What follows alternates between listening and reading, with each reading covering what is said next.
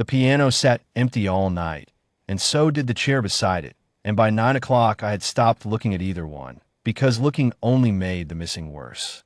I was 64 years old, sitting in the third row of the Calderbrook recital hall in a folding chair that had probably held me 30 Aprils running, and for the first time in all those years, Maestro Anton Vass was not the one closing the evening. He had died in February, at his own piano, with a pencil still in his hand.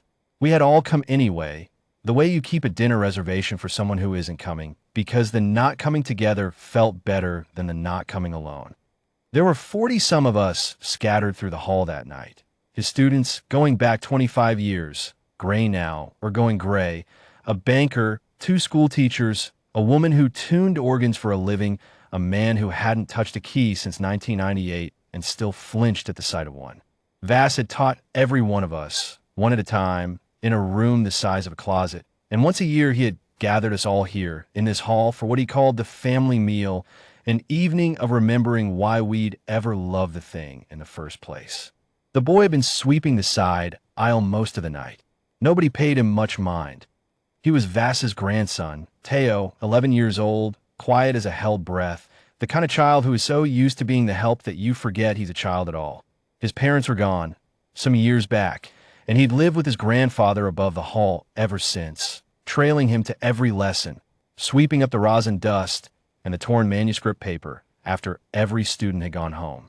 We all knew him the way you know a houseplant.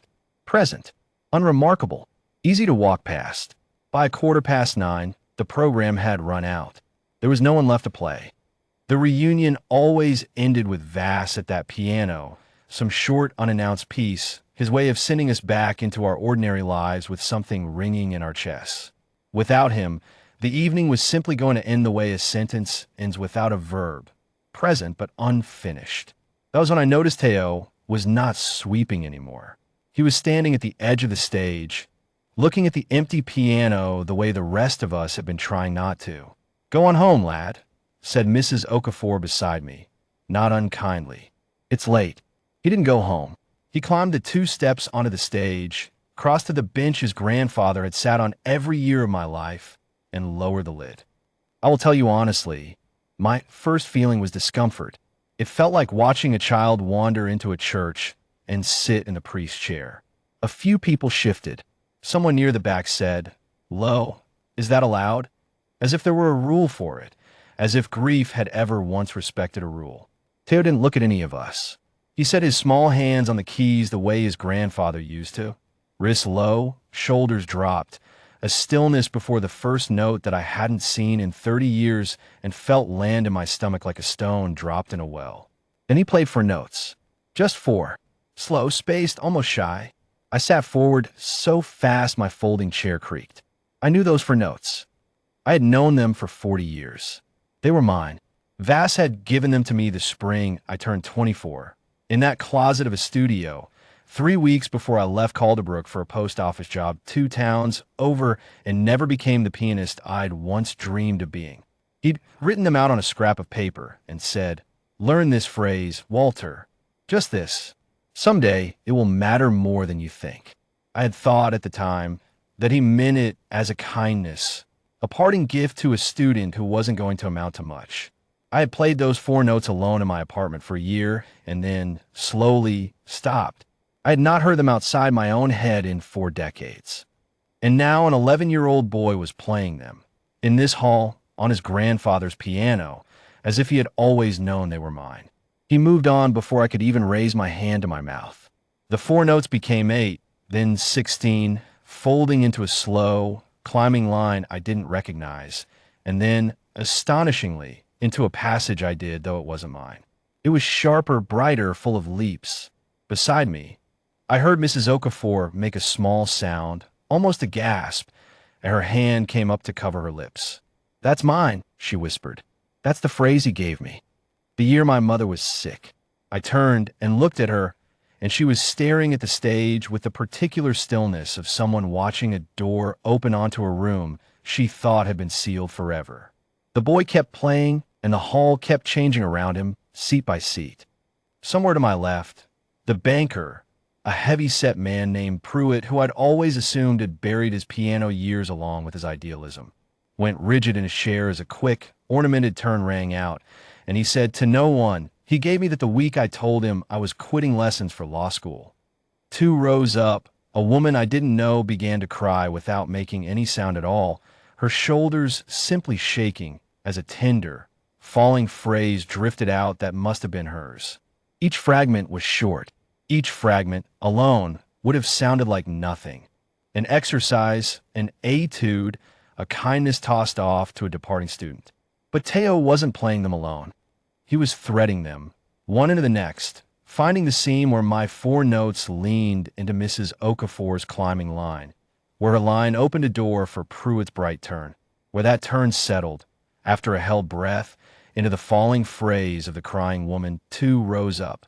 It was as if 40 separate rooms in a house I'd never seen the floor plan of were suddenly being walked through in a single unbroken hallway. I understood, somewhere around the 8th or 9th phrase I didn't recognize as my own, but somehow recognized as belonging what we were hearing. Vass had never given any of us an exercise. He had been writing one piece for 25 years, one student at a time, never explaining the whole of it to anyone, because none of us had ever been in the room with all the others. We had each carried home a single brick and thought it was the entire house. The hall had gone utterly silent, except for the piano.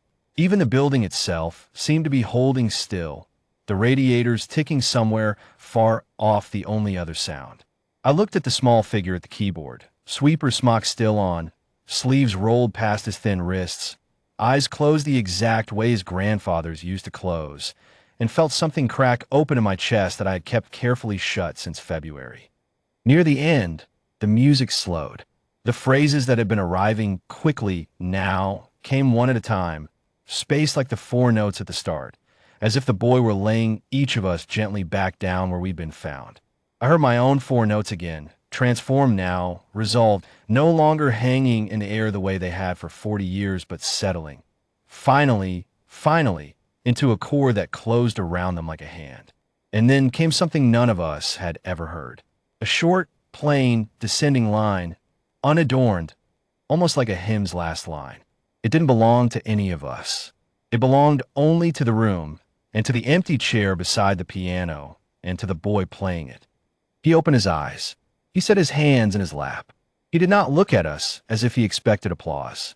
He looked, instead, toward the empty chair, the way a child looks toward a parent for reassurance after reciting something memorized in the dark. For a moment, nobody moved. I think we were all afraid that clapping would somehow break whatever had just been built in the air above that stage.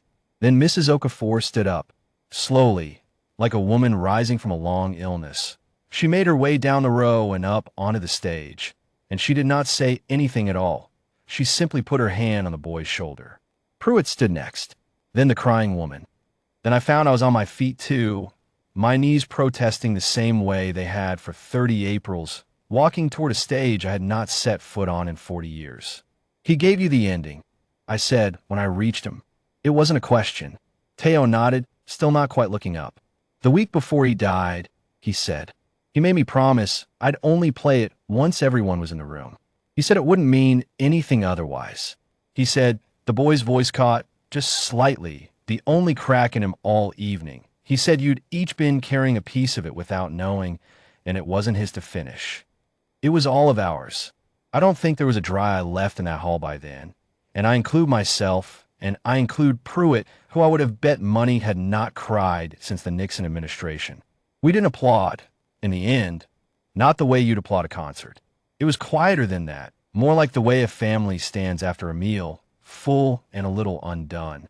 People came up one at a time and told the boy which phrase had been theirs, where they'd been in their lives when Vass had pressed it into their hands, what they'd thought it meant at the time, and what they now understood it to have actually been.